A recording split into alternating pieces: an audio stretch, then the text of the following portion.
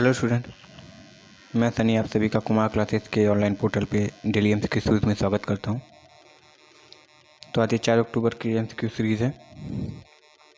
तो I hope ये channel आपको पसंद आएगा ये सेशन। तो इसको लाइक कर दीजिएगा, शेयर कर दीजिएगा और अपने यार दोस्तों में शेयर करके ज़्यादा से ज़्यादा सब्सक्राइब कर लीजिएगा इसको, ठीक है। तो चलिए आज का सेशन स्टार्ट करते हैं। आज का सेशन भी इम्पोर्टेंट है, आज भी सारे इंपॉर्टेंट क्वेश्चन लिए गए हैं, ठीक है। तो चलिए स्टार्ट करते हैं। तो आज का पहला क्वेश्चन है कि चुंबकीय फ्लक्स के एक समान यानी यूनिफॉर्म वितरण के लिए आर्मेचर के चारों ओर क्या होनी चाहिए? योक स्थापित की जानी चाहिए, पोल सूज स्थापित की जानी चाहिए, फील्ड वाइंडिंग स्थापित की जाती है या शक्तिशाली चुंबकीय ध्रुव स्थापित किए जाता है, ठीक है। तो इसमें जैसा कि हम जानते हैं कि जो पोल शू होता है हमारा कई कामों में यूज़ किया जाता है। पोल शू स्थापित किया जाता है, जैसे वाइंडिंग को क्या करता है वो संभाले रखता है, यानी स्टेबल किए रहता है, क्योंकि उसी में वाइंडिंग की जाती है तो स्टेबल किया रहता है। और दूसरा सबसे इम्पोर्टेंट क्या होता है, वो जो फ्लक्स होता है, यानी जो फ्लक्स होता है पोल शू तो इसी आकार का होता है, आर्मेचर कोर के चारों तरफ एक तरह फैला होता है। तो ये क्या करता है, यूनिफॉर्म फ्लक्स को डिस्ट्रीब्यूट करता है, ठीक है। यूनिफॉर्म फ्लक्स को ये डिस्ट्रीब्यूट करने का काम करता है कौन, हमारा ये पुल थ्रू। तो पुल थ्रू का सबसे इम्पोर्टेंट क्या है, पहले तो यहाँ पे जो वाइंडिंग होती है इसको स्थापित किया जाता है, ये बांधे रहता है, ठीक है, यानी स्टैंपिंग किया रहता है, वाइंडिंग स्टैंपिंग के लिए प्रयोग किया जाता है। और दूसरा जो होता है सबसे इम्पोर्टेंट, आर्मेचर रोटर जो होता है, आर्मेचर रोटर जो होता है उससे क्या करता है, ये यूनिफॉर्म फ्लक्स डिस्ट्रीब्यूट कराने का काम करता है कौन, पोल शू। तो यहाँ पे हमारा करेक्ट आंसर क्या हो जाएगा, पोल शू स्थापित किए जाते हैं। सबसे इम्पोर्टेंट है और सबसे इजी क्वेश्चन है और ये इम्पोर्टेंट भी है, ठीक है। चलिए नेक्स्ट क्वेश्चन देखते हैं। नेक्स्ट क्वेश्चन है, किसी शंट जनित्र के द्वारा पर्याप्त विद्युत वाहक पैदा करने के लिए शंट फील्ड सर्किट का प्रतिरोध क्या होना चाहिए? देखिए बहुत इंपॉर्टेंट क्वेश्चन है, बहुत ही ज़्यादा इंपॉर्टेंट क्वेश्चन है। क्या पूछा है, किसी शंट जनित्र के द्वारा पर्याप्त विद्युत वाहक बल पैदा करने के लिए हमको पता है शंट फील्ड सर्किट का प्रतिरोध, ठीक है। अब ये क्वेश्चन पूछता है कि बताओ क्रिटिकल प्रतिरोध किससे रिलेटेड है। तो एक क्वेश्चन आता है तो क्रिटिकल प्रतिरोध को ही हम फील्ड प्रतिरोध के नाम से भी जानते हैं। किसके नाम से, फील्ड प्रतिरोध के नाम से भी जानते हैं, ठीक है। और ये फील्ड प्रतिरोध अगर क्रिटिकल प्रतिरोध से कम होता है, फील्ड सर्किट का, फील्ड वाइंडिंग का प्रतिरोध अगर क्रिटिकल प्रतिरोध से कम होता है तभी हम क्या कर सकते हैं, ईएमएफ जनरेटर में इंड्यूस कर सकते हैं, अन्यथा ईएमएफ इंड्यूस नहीं होगा, ठीक है। बराबर हो जाए या ज़्यादा हो जाए क्रिटिकल प्रतिरोध से तो कभी भी हम ईएमएफ इंड्यूस जनरेटर में नहीं कर सकते। तो क्रिटिकल प्रतिरोध से कम होगा फील्ड वाइंडिंग का प्रतिरोध, तभी हम क्या कर सकते हैं, इसमें ईएमएफ इंड्यूस कर सकते हैं, ठीक है।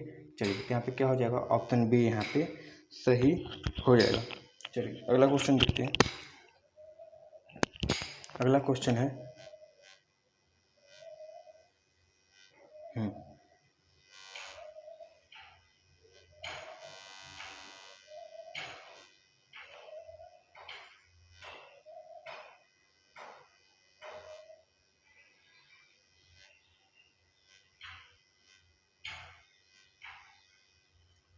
The type of motor generally use in the transport vehicle, यानी जो ट्रांसपोर्ट व्हीकल होता है अधिकतर हम किस मोटर का प्रयोग करते हैं, ठीक है। जीता जाता एग्जाम्पल आपके अगल बगल है, ठीक है, जो बैटरी वाले ऑटो चलती हैं, ठीक है, जिसको टोटो भी कहते हैं, स्प्रिंग वाली भी कहते हैं, ठीक है। तो वो जो होता है उसमें अधिकतर हम डीसी सीरीज़ मोटर का प्रयोग करते हैं। डीसी सीरीज़ मोटर का वो प्रयोग क्यों करते हैं, क्योंकि हमको हाई स्टार्टिंग टॉर्क चाहिए, क्योंकि वो जानते देखते हैं इतना पैसेंजर को लोड हो जाता है फिर भी वो क्या हो जाता है, स्टार्टिंग में आसानी से हो जाता है। यही अगर डीसी शंट मोटर सेपरेटली देखते हैं या फिर सेपरेट कंबाइंड मोटर देखें तो वो इतना स्टार्टिंग टॉर्क नहीं दे पाएगा, जितना कि लोड होने के बाद भी 6 से 7 लोगों को बैठाने के बाद भी वो आसानी से क्या हो जाता है, स्टार्ट हो जाता है, ठीक है। स्टार्ट का मतलब गति करने लगता है। डीसी सीरीज मोटर का सबसे इम्पोर्टेंट फैक्टर यही है कि वो क्या होता है, स्टार्टिंग टॉर्क हाई रहता है। इसलिए परिवहन वाहनों में सामान्यतः प्रयोग होने वाली मोटर डीसी सीरीज मोटर का ही प्रयोग करते हैं, क्योंकि इसमें हाई स्टैटिक टॉर्क यानी टॉर्क जो होता है directly proportional to IA square होता है, ठीक है। इसीलिए हम इसका प्रयोग करते हैं कहाँ, परिवहन वाहनों में, ठीक है। चलिए नेक्स्ट क्वेश्चन देखते हैं। अगला क्वेश्चन है कि एक एकल का ट्रांसफार्मर में प्राइमरी पर 416 प्लेट है और सेकेंडरी पे 516 प्लेट है। कोर का क्रॉस सेक्शन क्षेत्र 80 सेंटीमीटर। देखिए न्यूमेरिकल है, इंपॉर्टेंट है, NCL जान ही रहे हैं, ठीक है। कोलफील्ड लिमिटेड वाली क्या किया था, 75 में से 40 क्वेश्चन ट्रांसफार्मर भिड़ाया था, ठीक है। और यहाँ पे पूछा भी है किसमें, DMRC मेंटेनर में पूछा है 2014 और IOF 2013 में पूछा है, तो इंपॉर्टेंट क्वेश्चन बनता है ये, ठीक है। तो क्वेश्चन क्या पूछा था, एक एकल प्लाट ट्रांसफार्मर में प्राइमरी पर 416 प्लेट एवं सेकेंडरी पर 50 प्लेट है, ठीक है। कोर का क्रॉस सेक्शन एरिया दे दिया 80 सेंटीमीटर पर स्क्वायर एवं फ्लक्स डेंसिटी जो है 12 वेबर पर सेंटीमीटर स्क्वायर है। यदि 440 वोल्ट 50 हर्ट्ज AC आपूर्ति प्राइमरी साइड को दी जाती है तो सेकेंडरी में इंड्यूस EMF क्या होगा एवं फ्रिक्वेंसी बतानी है, ठीक है। तो फ्रिक्वेंसी बतानी है और EMF इंड्यूस बताना है। तो सबसे इम्पोर्टेंट चीज़ क्या है इसमें कि हम जानते हैं ट्रांसफार्मर सिंगल फेज हो या 3 फेज हो, उसमें 3 चीज़ें कभी नहीं बदलती, क्या, फ्रिक्वेंसी, KVA और मेन फ्लक्स कभी नहीं बदलता है। तो ये तीन चीज़ तो कभी नहीं बदलती है। तो यहाँ पर फ्रिक्वेंसी तो कभी नहीं बदलेगी, यानी जो प्राइमरी में 50 हर्ट्ज सप्लाई है तो सेकेंडरी में भी 50 ही हर्ट्ज होगा, यानी ऑप्शन C और D तो कभी नहीं होगा। अब बचा क्या हमारा 50 वोल्ट और 55 वोल्ट, ठीक है, ये चीज़ बचा है, यानी कि A और B में से कोई आंसर हमारा सही होगा, ठीक है। तो जैसा कि हम जानते हैं क्या होता है ट्रांसफॉर्मेशन रेशियो से N1/N2 जो होता है वो किसके बराबर होता है, E1/E2 के ही होता है, ठीक है। तो यहाँ पे N1 N2 का मान दे दिया है और E1 का मान दे दिया है 440 वोल्ट। हमसे पूछा क्या है, E2 का मान पूछा है। तो यहाँ से अगर E2 का मान निकालेंगे तो क्या हो जाएगा, E2 का मान निकालने पर क्या हो जाएगा हमारा, E2 is equal to E1 into N2/N1, यही बनेगा। E2 is equal to E1 into N2/N1। तो यहाँ पे वैल्यू रखते हैं तो क्या होगा हमारा, E1 is equal to, colour change करते हैं, ठीक है, तो दैट आपको आसानी से दिखे। चलिए देखिए E1 है तो हमारा क्या था वहाँ पे N2 था, N2 में कितना दिया हुआ था मान, 50 लपेटें थी, ठीक है, 50 लपेट थी। प्राइमरी में कितनी लपेट थी, 400 लपेट थी। वोल्टेज कितनी थी, 440 वोल्ट थी, 440 वोल्ट थी, ठीक है। एक जीरो से एक जीरो काट देते हैं, एक जीरो से एक जीरो काट देते हैं। अगर ये काटेंगे 44 से तो आएगा 11 और 5/11, 5 और 11 का मल्टीप्लाई करेंगे तो आएगा 55, यानी 55 वोल्ट 50 हर्ट्ज यहाँ पे सही आंसर हो जाएगा। जितने लोग भी दिए होंगे ऑप्शन भी सबका सही हो जाएगा, ऑप्शन ए वाले हो जाएंगे एकदम गलत, ठीक है। चलिए इंपॉर्टेंट क्वेश्चन है ट्रांसफार्मर, तो इंपॉर्टेंट क्वेश्चन बनाता ही न्यूमेरिकल, ठीक है। चलिए नेक्स्ट क्वेश्चन देखते हैं। इसमें क्वेश्चन है कि ट्रांसफार्मर की शून्य भार धारा प्रयुक्त वोल्टता के पश्चात होती है, ठीक है। नो लोड करंट पूछा है बाबू, DMRC maintainer, no load current पूछा है किसका, ट्रांसफार्मर का, वोल्टेज से कितना पश्चात होती है, ठीक है, यानी लैग करती है। तो हमको पता ही है ट्रांसफार्मर में हमेशा करंट क्या होगी, लैग ही होगी, क्यों, क्योंकि इंडक्टिव इन नेचर होता है, ठीक है। इलेक्ट्रोमैग्नेटिक इंडक्शन पे काम कर रहा है तो इंडक्टिव इन नेचर ही होगा, यानी लैगिंग पावर फैक्टर देता है, ठीक है। इतना चीज़ याद हो गया। और यहाँ पे आइडियल नहीं बोला, यानी हम प्रैक्टिकल की बात मान के चलेंगे, ठीक है। तो प्रैक्टिकल में देखते हैं तो क्या होता है, एक होता है हमारा IM होता है, ठीक है, एक होता है IW मैग्नेटाइजिंग करंट होता है, और एक क्या होता है वर्किंग कंपोनेंट होता है, ठीक है। तो यहाँ पे हमारा क्या होता है, यहाँ पे हम लेते हैं IM हो गया, सॉरी ये हमारा हो गया IM हो गया। तो अगर ये देखो, अगर ये होता है आइडियल की बात करता हूँ तो एग्जैक्ट कितना बनता है, 90 डिग्री बनता है, ठीक है। I0 और V के बीच में जो वोल्टेज बनता है यहाँ पे V लिखते हैं, तो I0 और IM सेम फेज में हो जाते हैं, तो कितने होते हैं, IM और I0 सेम फेज में हो जाते हैं तो V से क्या होता है, 90 डिग्री लैग करने लगता है। मगर जब यही प्रैक्टिकल हो जाता है तो प्रैक्टिकल में ये कुछ उड़ कर इसके बीच में चला आता है, क्योंकि कुछ रेसिस्टिव पाथ बीच में हो जाते हैं और नो लोड करंट है, ठीक है, मैग्नेटाइजिंग करंट कुछ खींचता है। तो होता क्या है, कोर लॉस कराने के लिए वर्कफुल कंपोनेंट होता नहीं है, केवल मैग्नेटाइजिंग कंपोनेंट होता है, ठीक है। तो नो लोड जो होता है I0 यहाँ पे शिफ्ट हो जाता है, और ये जो वोल्टेज होता है, सॉरी ये जो फेज एंगल होता है वो कितना हो जाता है, 75 से 90 डिग्री, कितना हो जाता है, 75 से 90 डिग्री, सॉरी 70 नहीं 75, 75 से 90 डिग्री बन जाता है, ठीक है। और यही आइडियल होता है तो 90 डिग्री। मगर यहाँ पे प्रैक्टिकल हम समझेंगे तो क्या होगा, 75 डिग्री से लगभग लैग करने लगता है करंट। किससे? वोल्टेज से। नो लोड करंट की बात करें, नो लोड करंट लैग करता है, ठीक है। किससे? हमारा वोल्टेज से। ये चीज़ याद रखना है। इसीलिए पावर फैक्टर भी क्या हो जाता है, लगभग 0.23, यानी बहुत कम हो जाता है। नो लोड पर पावर फैक्टर का मान बहुत ज़्यादा कम होता है, 0.2 0.3 के लगभग रहता है लैगिंग, ठीक है। ये चीज़ याद करना है, ठीक है। ग्राफ देखते हैं तो ग्राफ भी पूछता है बाबू, बहुत इंपॉर्टेंट है। कैसे होता है? ऐसे होता है। ये मान लेते हैं आई है, ये V1 है, ठीक है। और ये क्या है? E1 है, और ये E2। ये बहुत पूछता है कि बताओ कि सिंगल फेज ट्रांसफार्मर में या फिर सिंपल ट्रांसफार्मर में जो E1 प्राइमरी इंड्यूस और सेकेंडरी इंड्यूस क्या होता है, तो हमेशा सेम फेज में होता है। क्यों होता है सेम फेज में? क्योंकि ये सेम फ्लक्स से इंड्यूस होते हैं, एक ही फ्लक्स से इंड्यूस होते हैं, यानी E1 E2 क्या हो जाते हैं, सेम फेज में हो जाते हैं। मगर ये अप्लाइड वोल्टेज से क्या होता है, 180 डिग्री लैग करते हैं, ठीक है। 180 डिग्री के गैप होते हैं, 180 डिग्री लैग करता है, ये भी याद रखना है, ठीक है। और ये पूछता है कि बताओ करंट से कितना E1 E2 लैग करता है, तो 90 डिग्री लैग करता है, ठीक है। ये सारी चीज़ें याद रखनी बहुत ज़्यादा इंपॉर्टेंट है। V1 V2 और ये E1 E2 सेम फेज में, V1 V2 सेम फेज में, क्योंकि सेम फ्लक्स के द्वारा इंड्यूस हुए। तो यहाँ पे जो क्वेश्चन पूछा था उस हिसाब से हमारा ऑप्शन सी क्या हो जाएगा, सही हो जाएगा 75 डिग्री से, ठीक है। चलो नेक्स्ट देखते हैं। नेक्स्ट क्वेश्चन क्या है, एक विशेष प्रकार के पोल सिंक्रोनस मशीन का पावर आउटपुट अधिकतम होता है जबकि शक्ति कोण पावर एंगल हो। तो ये पूछा है सिंपल भाषा में कि पावर अधिकतम कब हो सकता है, जब उन पावर के बीच में कितना एंगल, पावर एंगल कितना हो तो हम अधिकतम पावर गेन कर सकते हैं, ठीक है। तो देखो पी मैक्स का फार्मूला होता है, पी मैक्स का फार्मूला होता है V E F X S into sine del, ठीक है। ये फार्मूला होता है V E F upon X S, ठीक है। यानी ये रिएक्टेंस है, ये इंड्यूस ईएमएफ है, अप्लाइड वोल्टेज है, और ये पावर एंगल है, ठीक है। तो यहाँ पर देखो साइन डेल, यानी जो यहाँ पे दिखेंगे तो पी एम क्या हो जाएगा, directly proportional to sine del के हो जाएगा, ठीक है। तो यहाँ पे हम ये देख सकते हैं कि अगर इसका मान 90 डिग्री हो, क्योंकि हम जानते हैं कि 90 डिग्री पे क्या होता है, हमको 1 प्राप्त होता है, साइन 90 का मान 1 होता है।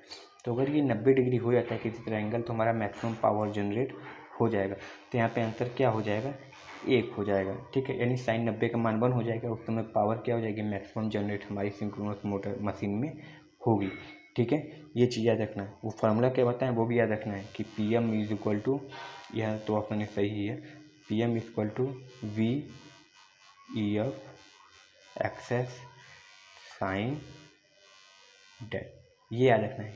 इस पर डायरेक्ट न्यूमेरिकल पूछेगा तब भी लगा सकते हैं, कोई दिक्कत वाली बात नहीं, ये फार्मूला बस याद होना चाहिए, ठीक है। चलो नेक्स्ट क्वेश्चन देखते हैं। क्वेश्चन पूछा है, two lamp each rated 100 watt 220 volt when connected in series across 220 volt will consume कितना पावर। किस में लगाया गया है, सीरीज में लगाए गए हैं। तो हमको पता है सिंपल सीरीज का फार्मूला क्या होता है, पावर जोड़ने का। अगर सीरीज में है तो पावर बराबर क्या होता है, पीटी, यानी टोटल पावर, पीटी बराबर P1 into P2 upon P1 plus P2। जैसे रेसिस्टेंस में पैरेलल जोड़ते उसी तरह पावर में सीरीज में जोड़ा जाता है। तो यहाँ पे अगर देखना चाहे P1 इंटू P2 यहाँ पे लगा कर देखेंगे तो क्या हो जाएगा हमारा टोटल, तो PT बराबर कितना हो जाएगा, 100 गुणे 100 बटे 200, एक दो से उठा दिए, ये आ गया 50, ठीक है। यानी 50 वाट कितना होगा, पावर कंज्यूम करेगा। कितना कंज्यूम करेगा, पावर 50 वाट कंज्यूम करेगा। और अगर ये पैरेलल बोला होता तो सिंपल P1 प्लस P2 कर देते तो 200 आ जाता है, तब ऑप्शन सी सही हो जाता है पैरेलल के लिए। मगर सीरीज के लिए क्या सही है, 50 वाट ही आंसर सही है। नहीं तो फिर आप चाहे तो इंडिविजुअल करेंगे, कोई दिक्कत नहीं। 115 वाट 115 वोल्ट एक बल्ब में खाएगा, 115 वोल्ट एक बल्ब में खाएगा, क्योंकि रेटिंग सेम दी हुई है, ठीक है। तब फिर चाहो तो यहाँ से भी निकालोगे, फिर ज़्यादा जाम हो जाएगा, दिक्कत हो जाएगा, रेसिस्टेंस निकालोगे, वो सब सारी चीज़ें, ठीक है, ज़्यादा हार्ड पड़ जाएगा, ठीक है। चलो नेक्स्ट क्वेश्चन देखते हैं। नेक्स्ट क्वेश्चन क्या पूछा है, देखो ये तो डायरेक्ट डेफिनेशन से, अगर जिसको डेफिनेशन से समझ में आएगा वो कर लेगा, नहीं फिर दिक्कत होगा, ठीक है। देखो क्या क्वेश्चन है कि एयर सर्किट ब्रेकर में आग को बनने में निम्नलिखित में किसके द्वारा रोका जा सकता है। तो जैसा कि सर्किट ब्रेकर आधा से ज़्यादा उसके क्वेंचिंग पावर उसमें ऐसा कौन सा चीज़ मिलाया गया जिससे वो आग को ख़त्म कर रहा है। जैसे एयर ब्लास्ट होता है, हवा का झोंका होता है तो उसको एयर ब्लास्ट सर्किट नाम दे देते हैं। SF6 होता है, उसमें सल्फर हेक्साफ्लोराइड तो उसको SF6 सर्किट ब्रेकर नाम दे देते हैं। ऑयल सर्किट ब्रेकर होता है तो उसको ऑयल नाम दे देते हैं, क्योंकि ऑयल के द्वारा वहाँ आग ख़त्म होती है। तो यहाँ पे एयर ब्रेक सर्किट ब्रेकर है, तो सिंपल सी बात है कि एयर से ही क्या होगा, इसमें एयर में ही क्या करेंगे, एयर द्वारा ही आग को बुझाने का काम करेंगे। ठीक है, तो ये तो बस ऑप्शन यानी नाम पढ़कर, अगर ऑयल वाला होता है तो ऑयल का प्रयोग करते हैं, वाटर प्रेशर होता है, वाटर प्रेशर ऐसा कुछ होता नहीं है, SF6 होता है, एयर ब्लास्ट होता है, जो भी होता है उसके नाम के हिसाब से अधिकतर रखे जाते हैं। ठीक है, तो एयर ब्रेकर सर्किट ब्रेकर में क्या करेंगे, एयर सर्किट ब्रेकर में एयर का प्रयोग करके हम आर्क को बुझाने का काम करेंगे। आर्क बता दिए कैसे लगता है, एक फिक्स्ड कॉइल होती है, एक फिक्स्ड पोल होता है, एक मूविंग पोल होता है, उसके बीच में थोड़ी बहुत लिमिटेशन मात्रा में, बहुत ही अल्प मात्रा में दूरी होती है, जिसके बीच चार्ज अगर ऊपर गुजरता है तो आर्किंग जनरेट होती है। किसके द्वारा होती है, फील्ड इमिशन प्रोसेस के द्वारा होती है। उसको कंटिन्यू कैसे किया जाता है, थर्मोनिक इमिशन प्रोसेस के द्वारा किया जाता है। तो ये सब सारी चीज़ें हैं। ठीक है, नहीं देखिए तो लेक्चर देखना सर्किट ब्रेकर का, सारी चीज़ें बताई गई। कोई भी डाउट ना समझ में आए तो लेक्चर देखा करो, लेक्चर जो कराया गया है एक एक चीज़ दिया गया है। ठीक है, चलो नेक्स्ट देखते हैं क्वेश्चन।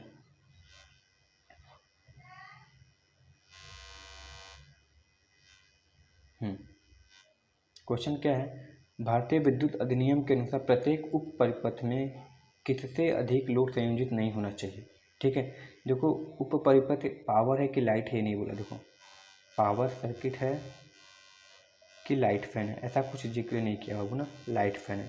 मगर यहाँ ऑप्शन के हिसाब से हम कह सकते हैं कि सर ये लाइट ही फैन की बात कर रहा है, क्योंकि ऑप्शन वैसा कुछ दिया नहीं। ठीक है, तो हम करते क्या है, 800 वाट से ज़्यादा नहीं रख सकते। लाइट फैन सर्किट में क्या कर सकते हैं, एक जो उप परिपथ यानी जो सब सर्किट होता है उसमें 800 वाट से ज़्यादा नहीं रख सकते और 10 पॉइंट से ज़्यादा नहीं रख सकते। ठीक है, क्या होता है, 800 वाट और 10 पॉइंट से ज़्यादा नहीं रख सकते। ठीक है, और पावर सर्किट में क्या हो जाता है, 3000 वाट और 2 पॉइंट से ज़्यादा उसमें नहीं रख सकते। ये लाइट फैन के लिए है और ये पावर सर्किट के लिए। तो ये चीज़ याद रखना है। तो इसके हिसाब से क्या हो जाएगा, ऑप्शन सी क्या हो जाएगा, यहाँ पे सही हो जाएगा 800 वाट। ठीक है, चलो इसे मेमोरी बेस्ड याद होना चाहिए। नेक्स्ट क्वेश्चन देखते हैं।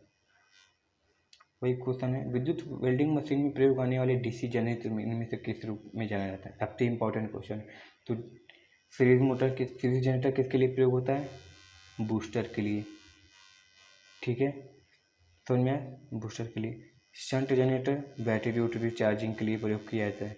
ठीक है, संयुक्त मोटर उतना प्रयोग में नहीं लाया जाता है। और जो डिफरेंशियल होता है, याद रखना, डिफरेंशियल जो होता है हमारा वेल्डिंग के लिए प्रयोग किया जाता है। डिफरेंशियल जनरेटर जो होता है, ठीक है, डिफरेंशियल जनरेटर हम अधिकता प्रयोग करते हैं किसके लिए, वेल्डिंग के लिए प्रयोग किया जाता है। तो ऑप्शन डी यहाँ पे सही हो जाएगा। विभेदक मतलब डिफरेंशियल ट्रांसफार्मर की बात कर रहा है, जो कि हम वेल्डिंग में प्रयोग करते हैं। और सीरीज और शंट का बताया दिया उपयोग कहाँ होता है।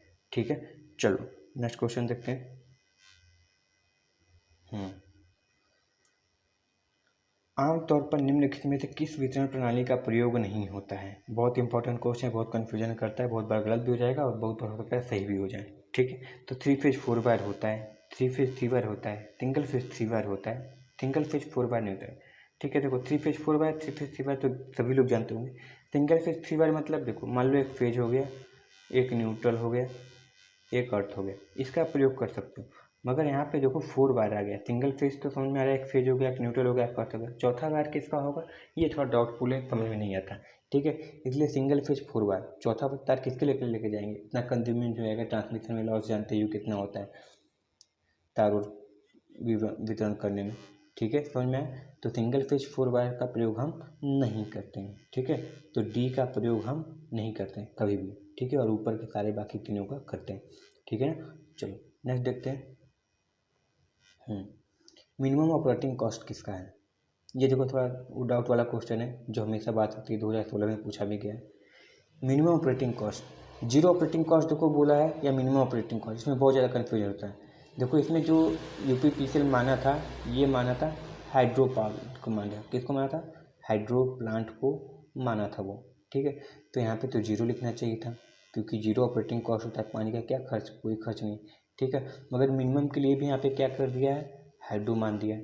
तो ये आयोग के ऊपर, आयोग जैसा चाहे वैसा कर सकता है ना, हम लोग के साथ खिलवाड़ भी कर सकता है। तो हाइड्रो पावर प्लांट होता है, hydro power plant minimum operating cost, कभी कभी जीरो भी रहता है तो इसको मानना पड़ता है। नहीं वैसे अगर बहुत सारे में देखोगे तो बहुत जगह क्या होता है, हमारा ये न्यूक्लियर पावर प्लांट भी प्रयोग होता है, ठीक है, क्योंकि डीजल का कॉस्ट ज़्यादा हो जाएगा, उतना सेम पावर जनरेट करने के लिए डीजल भी कॉस्ट ज़्यादा होगा, सेम पावर जनरेट करने के लिए हमारा थर्मल यानी कोयले का भी कॉस्ट ज़्यादा हो जाएगा। मगर न्यूक्लियर का देखें तो हाइड्रो की तुलना में तो ज़्यादा है, मगर मिनिमम की कॉस्ट बोले मतलब कुछ ना कुछ आना चाहिए कॉस्ट, तो वो न्यूक्लियर सही हो जाएगा अगर आयोग के हिसाब से चलें, क्योंकि बहुत आयोग बहुत में न्यूक्लियर पावर प्लांट भी कहता है, और जीरो तो इसका होता ही है।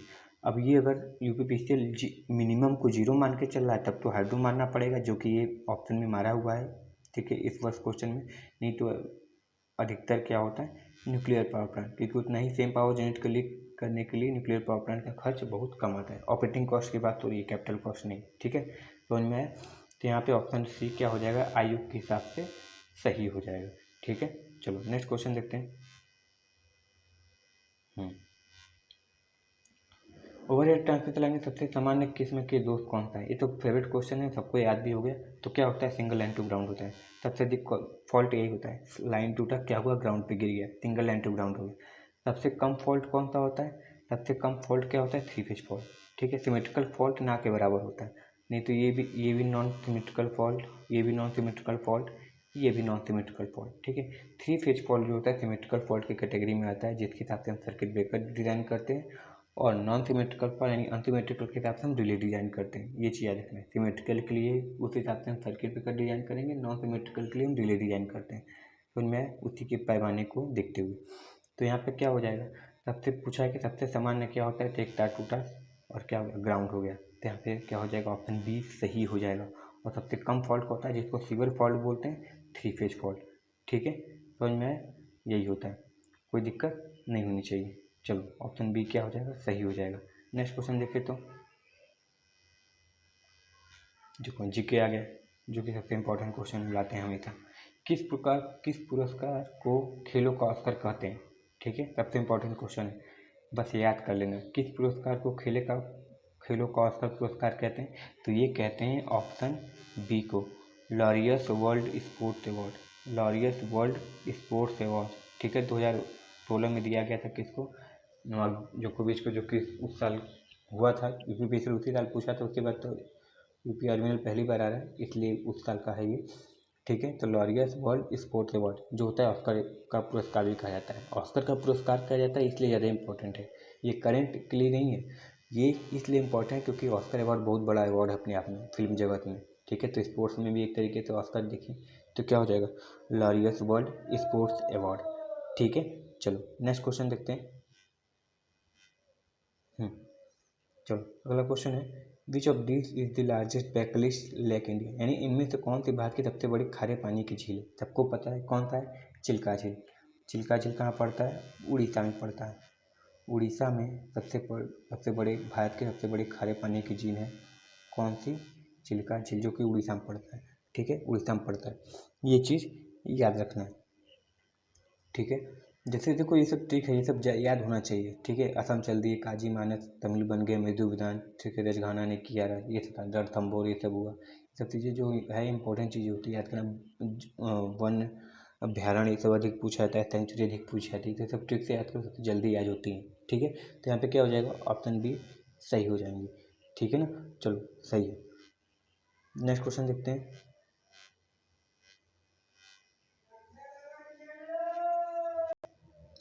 चलो तो देखो ये क्वेश्चन क्या पूछा है, where is the headquarters of organisation of petroleum exporting country, ठीक है।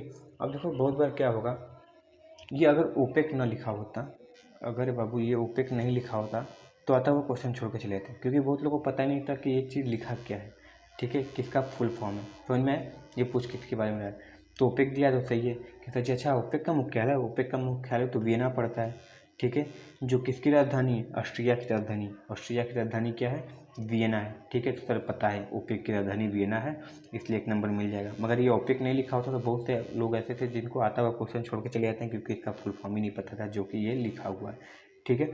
ईरान की राजधानी तेहरान, मिस्र की राजधानी कायरा होती है, ठीक है। तो इसके साथ साथ कैपिटल भी याद रखना है। तो इसका सही आंसर क्या हो जाएगा बाबू?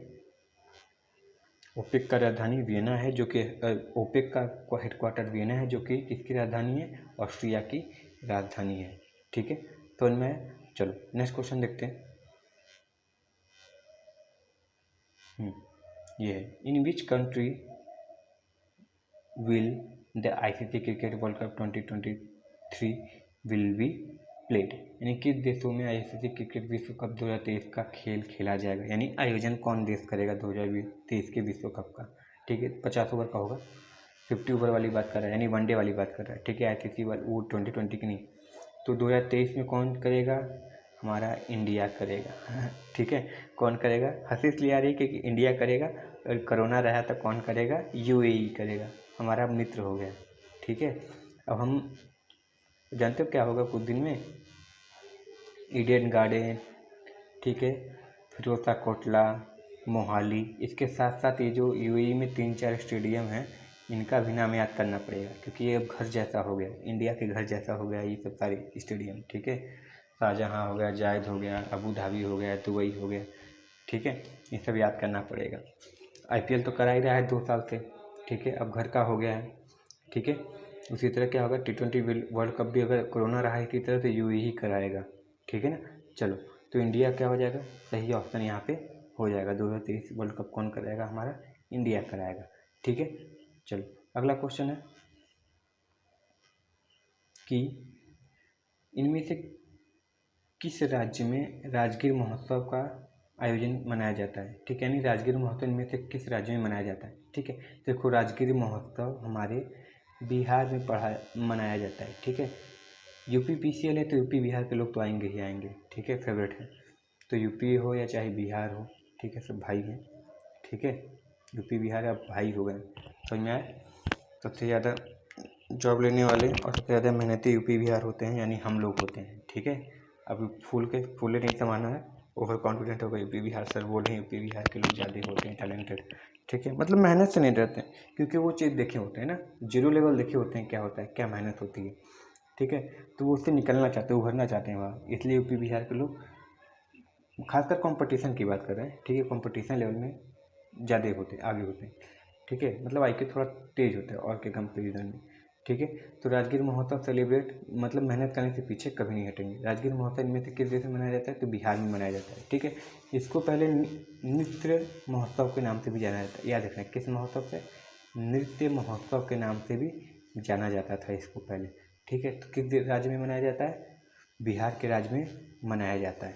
ठीक है ना। चलो, तो ये थे आज के सेशन। अगर बाबू सेशन पसंद आया हो तो इसको लाइक कर। देखो जीके जी सबसे इंपॉर्टेंट जो क्वेश्चन तो यानी जो प्रीवियस ईयर में पूछे गए हैं यूपी पीसीएल में, यूपी आरएनएल में, तो ये तुमको आइडिया लग जाता है कि अच्छा इसी टाइप के क्वेश्चन पूछे जाते हैं। ठीक है, तो लाइक कर देना, पसंद आए तो शेयर कर देना अपने दोस्तों में, और चैनल पे नहीं होगा तो बाबू सब्सक्राइब कर लेना। ठीक है, तुम लोग लाइक कम करते हो यार, लाइक नहीं करते हो, देख लेते हो, देखते हैं कि करीब एक दिन में अगर 60-70 व्यू भी आ रहे हैं तो उसमें लाइक 6 ही 7 रहते हैं। ठीक है, तो अगर पसंद आए तो लाइक कर दिया करो। ठीक है ना, कुछ जानकारी वाली चीज़ें मिलोगी, नुकसान तो कोई कर नहीं रहे, बम का फॉर्मूला तो बता नहीं रहे कि जिससे देश का नुकसान होगा, फ़ायदा ही होगा तुम लोग को। तो लाइक कर दिया करो, शेयर कर दिया करो, जो चैनल पर नए रहा करो तो सब्सक्राइब कर लिया करो। ठीक है, चलो मिलते हैं नेक्स्ट वीडियो में। Thank you very much and all the very best.